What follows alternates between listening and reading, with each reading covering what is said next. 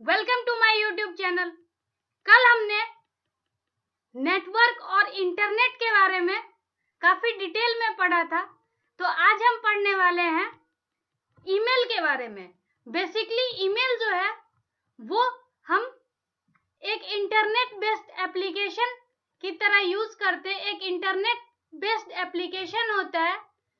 तो हम आज जो पढ़ने वाले हैं वो टॉपिक होगा ईमेल क्या होता है, ईमेल एड्रेस, ईमेल कंपोनेंट के बारे में, और साथ ही उसका एडवांटेज डिसएडवांटेज, मतलब हम ईमेल के बारे में कंप्लीट डिटेल कवर करने वाले हैं। तो स्टार्ट करते हैं। ईमेल का फुल फॉर्म होता है इलेक्ट्रॉनिक मेल, और इसको जनरली हम शॉर्ट फॉर्म में ईमेल यूज करते हैं। ईमेल एक तरह का सर्विस है जिसके थ्रू हम क्या कर सकते हैं, कोई भी मैसेज या डेटा को हम इंटरनेट के थ्रू एक जगह से दूसरे जगह तक शेयर कर सकते हैं। मतलब जो डेटा होगा वो इलेक्ट्रॉनिक डेटा होगा, डिजिटल डेटा, यानी हम फोन या सिस्टम में जिसको रखते हैं वही डेटा हम शेयर कर सकते हैं। अगर पेज पे है तो उसे हमें पहले स्कैन करना होता है, फिर उसके बाद स्कैन करने के बाद क्या होगा कि वो इलेक्ट्रॉनिक मोड बनता है, उसके बाद हम उसे ईमेल के जरिए शेयर कर सकते हैं। तो ये बेसिकली ईमेल होता है कि हम ईमेल में किसी भी डेटा या मैसेज को हम एक प्लेस से दूसरे प्लेस तक इंटरनेट के जरिए शेयर करते हैं। ये एक इफिशिएंट मैनर है, इनएक्सपेंसिव मैनर है, जिसके थ्रू हम कोई भी डेटा को दूसरे लोगों तक बहुत कम टाइम में पहुंचा सकते हैं, लोगों तक इंफॉर्मेशन शेयर कर सकते हैं। तो ये काफी इफिशिएंट तरीका है email. Email basically different type का है, जैसे कि एक जो जीमेल हम यूज करते हैं, जीमेल हो गया, रेडिफ मेल हो गया, याहू हो गया, हॉटमेल हो गया, या फिर किसी अदर गवर्नमेंट साइट का लास्ट नेम जो होता है, तो इस वेबसाइट एड्रेस, तो उसका कहीं ना कहीं हम यूज करके ईमेल हम क्रिएट करते हैं। तो बेसिकली जो ईमेल है वो किसी भी फॉर्मेट का हो सकता है। स्टार्टिंग में यूजर नेम होता है @ साइन और लास्ट में डोमेन नेम, तो ये एक ईमेल एड्रेस होता है। तो ये ईमेल एड्रेस किसी से भी रिलेटेड हो सकता है, चाहे जीमेल हो या रेडिफ मेल हो या कोई और हो। सबसे ज्यादा जो यूज होता है वो जीमेल ही यूज होता है। जीमेल सबसे ज्यादा यूज होने वाला ईमेल है।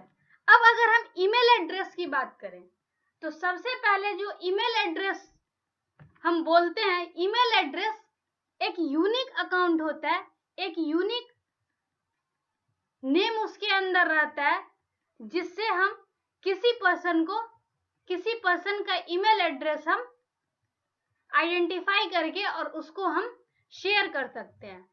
जैसे अगर कोई यूजर नेम अगर पहले से हो तो वो हम दोबारा क्रिएट नहीं कर सकते। जैसे यहाँ पर क्या है कि हर यूजर का अपना एक यूनिक नेम उस ईमेल के लिए असाइन किया जाता है, जिसको हम बोलते हैं ईमेल एड्रेस, और हर यूजर अपने ईमेल का यूज करके मैसेज को सेंड या रिसीव कर सकता है। ईमेल एड्रेस का यूज करके मैसेज इजिली सेंड करेगा या रिसीव करेगा। Email is generally the form of user name @ domain name. जैसे यहाँ पर क्या है, जो ईमेल लिखा हुआ है इसमें knowledgehub613 @ gmail.com, तो इसमें फर्स्ट पार्ट जो है @ से पहले उसको हम बोलेंगे यूजर नेम, और ये जो gmail.com है इसे हम बोलते हैं डोमेन नेम, और बीच में @ साइन होता है। यूजर नेम और डोमेन नेम के बीच में @ सिंबल होता है, और यूजर ईमेल एड्रेस जो होता है वो केस सेंसिटिव नहीं होता है। अगर जैसे हम कैपिटल में भी कहीं लिख देते हैं स्मॉल की जगह, तो वह ईमेल एड्रेस फिर भी रॉन्ग नहीं कहेगा, वो करेक्ट ही होता है। अब जैसे यहाँ पर क्या है, spaces are not allowed in email address. अब जैसे यहाँ पर कंटिन्यू है, इस बीच में हम कोई स्पेस नहीं ले सकते हैं। साइन यूज कर सकते हैं, क्योंकि साइन जो होता है वो एक कैरेक्टर की तरह काम करता है, वो स्पेस नहीं होता है। जो यहाँ पर अंडरस्कोर साइन यहाँ होता है ये सब, और स्पेशल सिंबल मतलब कोई भी कैरेक्टर जो है वो हम जैसे ईमेल में यूज कर रहे हैं तो उसमें होना क्या चाहिए कि बीच में कहीं पर भी स्पेस नहीं होना चाहिए। मतलब एक वैलिड यूजर नेम हो, साइन हो, उसके बाद वहां पर आगे डोमेन नेम हो, तो ये होता है कंप्लीट ईमेल एड्रेस। और जब भी हम किसी को मैसेज सेंड करते हैं तो सेंड करने वाले के पास भी एक ईमेल एड्रेस होना चाहिए, और रिसीव करने के बाद पास भी, रिसीव करने वाला जो होगा उसके पास भी एक ईमेल एड्रेस होना चाहिए। तभी हम एक जगह से दूसरे जगह तक अपने मैसेज को कन्वे कर सकते हैं ईमेल एड्रेस के थ्रू। मतलब सेंडर और रिसीवर दोनों के पास एक अपना ईमेल एड्रेस होगा, और तब हम उस डेटा को कहीं पर सेंड कर पाएंगे।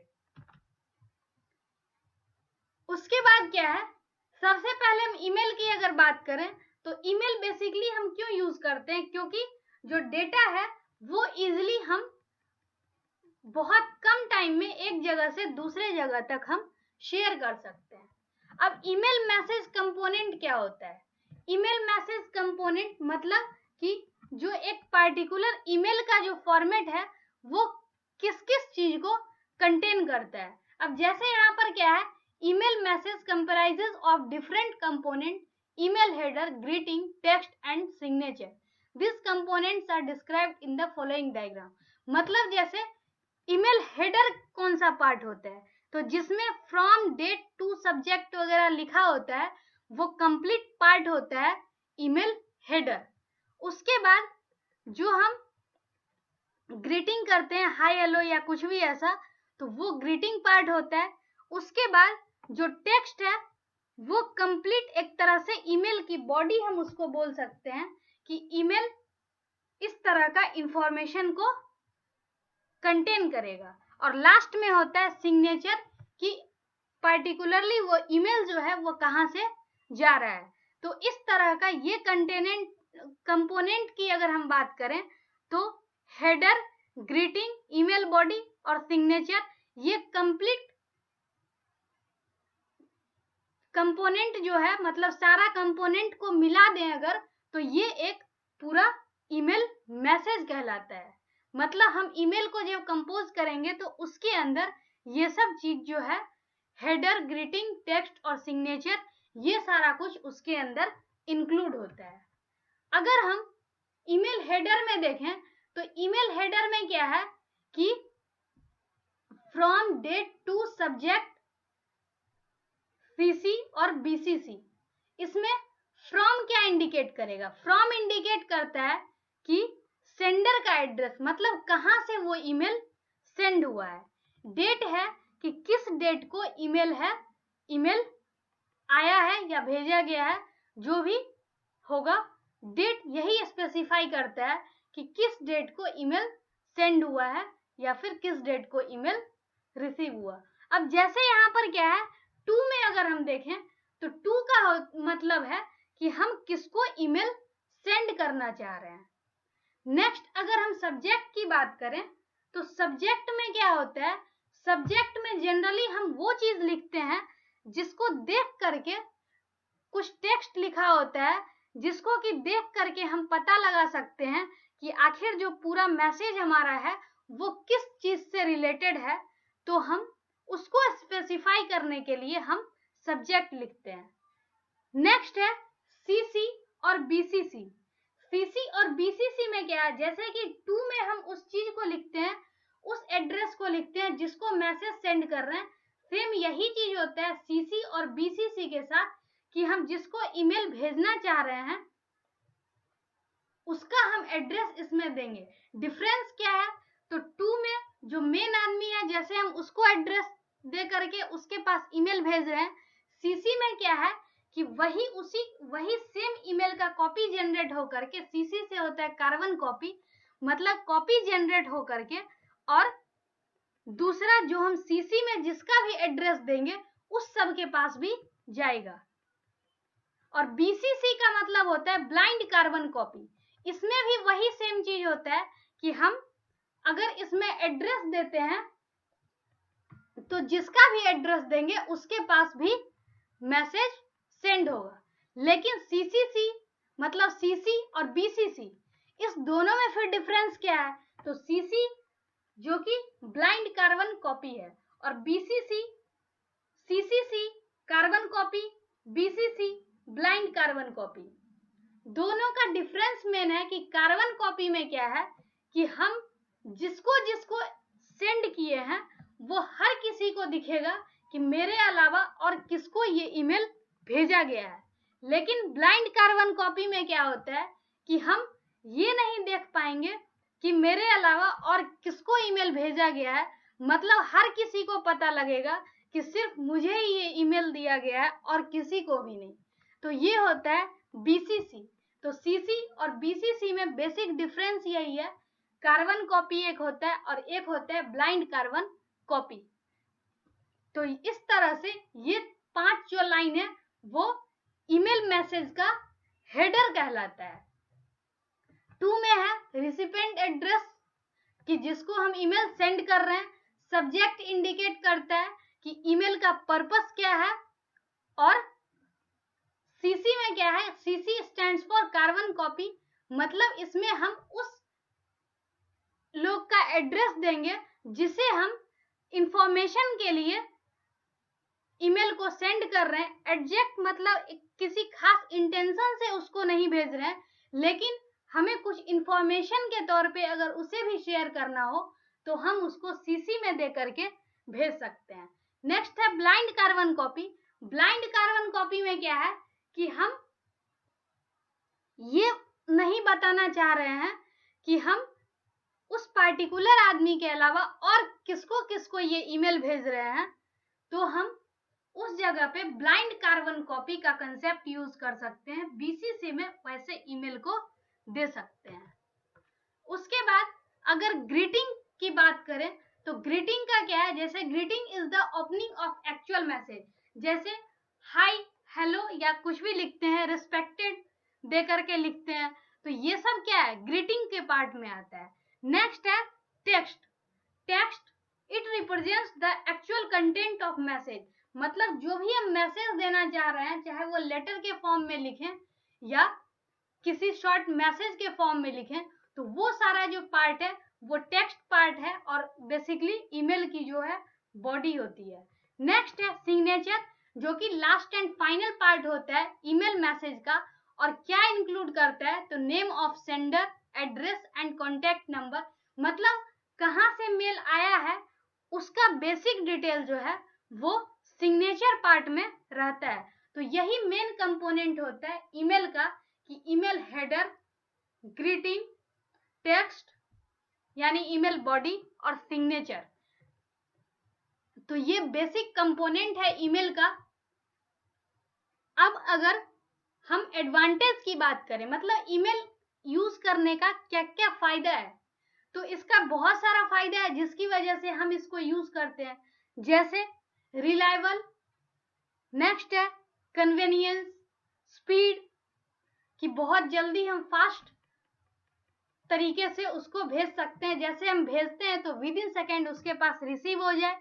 इनएक्सपेंसिव, मतलब किसी तरह का खर्च नहीं होता है, थोड़ा बहुत इंटरनेट वगैरह का हम यूज करते हैं, बाकी कोई पेपर पे खर्च नहीं होता और हम इजिली बहुत कम समय में अपने मैसेज को शेयर कर सकते हैं। नेक्स्ट है प्रिंटेबल, कि अगर हम चाहें तो उसको प्रिंट करके रख सकते हैं। ग्लोबल और जनरलिटी, तो ये सब कुछ फायदा है ईमेल का। सबसे मेन फायदा है कि हम ईमेल को इजिली एक जगह से दूसरे जगह तक बहुत कम टाइम में शेयर कर सकते हैं, अपने मैसेज को पहुंचा सकते हैं, और अगर किसी भी तरह का डेटा हो उसको भी हम शेयर कर सकते हैं, डेटा को हम कलेक्ट कर सकते हैं। तो ये सारा फायदा होता है ईमेल का। नेक्स्ट है, जैसे अगर हम इसको एक्सप्लेन करना चाहें तो रिलायबल का मतलब क्या है? Many of the mail system notified the sender if email message was undeliverable, मतलब जैसे सपोज अगर हम क्या कर रहे हैं कि कोई भी ईमेल गलत दे रहे हैं, तो गलत दे रहे हैं तो डिलीवरी फेल्योर का एक मैसेज भी आ जाता है, जिसके थ्रू हमें पता लग जाता है कि वो पार्टिकुलर रिसीवर जो है उस ईमेल को रिसीव नहीं कर पाया है। नेक्स्ट है कन्वीनियंस। कन्वीनियंस की अगर बात करें तो मतलब इसमें है there is no requirement of stationery and stamp, मतलब किसी भी तरह का फिजिकल चीज की रिक्वायरमेंट, जैसे खासकर पेन पेपर हो गया, स्टैम्प हो गया, किसी तरह का स्टेशनरी है, तो ये सब की रिक्वायरमेंट नहीं है। जो भी होता है डेटा इलेक्ट्रॉनिक फॉर्म में ही होता है। नेक्स्ट है speed. Email is very fast, however the speed also depend on underlying network, मतलब नेट स्पीड जो है वो जनरली फास्ट ही होता है, लेकिन नेटवर्क की स्पीड पे डिपेंड करता है कि कितने इजीली, कितने फास्टली हम डेटा को क्या कर सकते हैं, शेयर कर सकते हैं। वो जो भी डिपेंड करता है वो नेटवर्क की स्पीड पे डिपेंड करेगा। नेक्स्ट है inexpensive. The cost of sending email is very low, मतलब बहुत कम कॉस्ट में हम ईमेल को सेंड कर सकते हैं। नेक्स्ट है printable. It is easy to obtain a hard copy of an email, मतलब जैसे क्या है कि अगर सॉफ्ट कॉपी में हम डेटा को भेजते हैं तो उसको हम प्रिंट करके फाइल में भी रख सकते हैं। अगर हमें रिकॉर्ड के लिए उस डेटा को रखना हो तो हम उसको इजिली प्रिंट करके रख सकते हैं। उसके बाद नेक्स्ट है global. Email can be send and receive by a person sitting across the globe, मतलब सिंपल क्या है कि हम पूरे वर्ल्ड में कहीं पर भी हम ईमेल के जरिए अपने मैसेज को भेज सकते हैं, कोई भी तरह का रिस्ट्रिक्शन नहीं है। नेक्स्ट है generality. It is also possible to send graphic program and sound with email, मतलब जरूरी नहीं है कि हम सिर्फ एक ही तरह का डेटा हम शेयर कर सकते हैं ईमेल के थ्रू, हम जिस तरह का मर्जी उस तरह का डेटा हम ईमेल के थ्रू सेंड कर सकते हैं। तो ये सब फायदा है ईमेल यूज करने का। नेक्स्ट है डिसएडवांटेज। डिसएडवांटेज की बात करें, अब हर सर्विस का अगर कुछ एडवांटेज है तो कुछ ना कुछ उसका डिसएडवांटेज भी हो सकता है। डिसएडवांटेज की अगर हम बात करें तो डिसएडवांटेज क्या क्या हो सकता है, तो फोर्जरी, उसके बाद ओवरलोड, मिस डायरेक्शन, जंक और नो रिस्पॉन्स, ये सारी प्रॉब्लम हो सकती है अगर हम ईमेल को यूज करते हैं। अगर हम इसको देखना चाहें तो फोर्जरी का मतलब है कि हम ईमेल को प्रिवेंट नहीं कर सकते। अब जैसे बिना काम करके के भी कोई भी ऑटोमेटिक ईमेल के थ्रू, अनऑथराइज्ड आदमी के थ्रू भी हमारे पास कुछ मेल्स आते रहते हैं जो कि हमारे काम का नहीं होता है, तो ऐसा भी ईमेल में होता है। फिर उसके बाद क्या है ओवरलोड। कन्वीनियंस ऑफ ईमेल में result in a flood of male.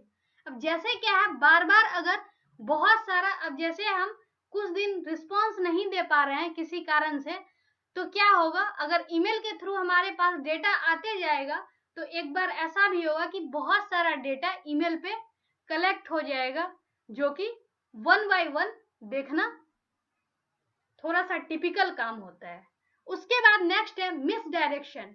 Miss direction का मतलब है कि it is possible that you may send email to an unintended recipient, मतलब जो भी रिसीवर होगा उसके पास क्या है कि कई बार ऐसा भी हो सकता है कि हम ईमेल में कुछ भी चीज, एक दो चीज अगर मिस्टेक कर देते हैं कोई भी तरह का, जैसे ईमेल एड्रेस है, ईमेल एड्रेस में कोई पर्टिकुलर लेटर या वर्ड मिसिंग हो गया तो क्या होगा कि वो किसी दूसरे आदमी के पास भी जा सकता है अगर माइनर सा चेंज हुआ ईमेल एड्रेस में। तो उसके बाद नेक्स्ट है जंक ईमेल।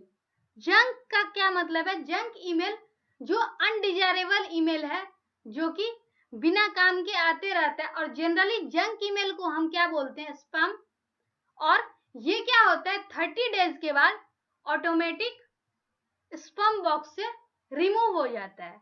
नेक्स्ट है no response. It may be frustrating when recipient does not read the email and respond on regular basis। कई बार ऐसा भी होता है कि हम ईमेल के थ्रू डेटा को शेयर कर सकते हैं, तो जो रिसीवर है वो उसको रेगुलर बेसिस पे चेक ना करे तो हमें टाइमली उसका रिप्लाई नहीं मिल पाता है। तो ये सब भी प्रॉब्लम आ सकती है ईमेल का यूज करने से। तो ये था हमारा कि ईमेल होता क्या है, ईमेल का फायदा नुकसान, उसके बाद हम ईमेल को किस तरह से, ईमेल का जो पार्ट होता है, ईमेल का मेन क्या क्या कंपोनेंट होता है, तो ये सब के बारे में आज हम लोग सीखे।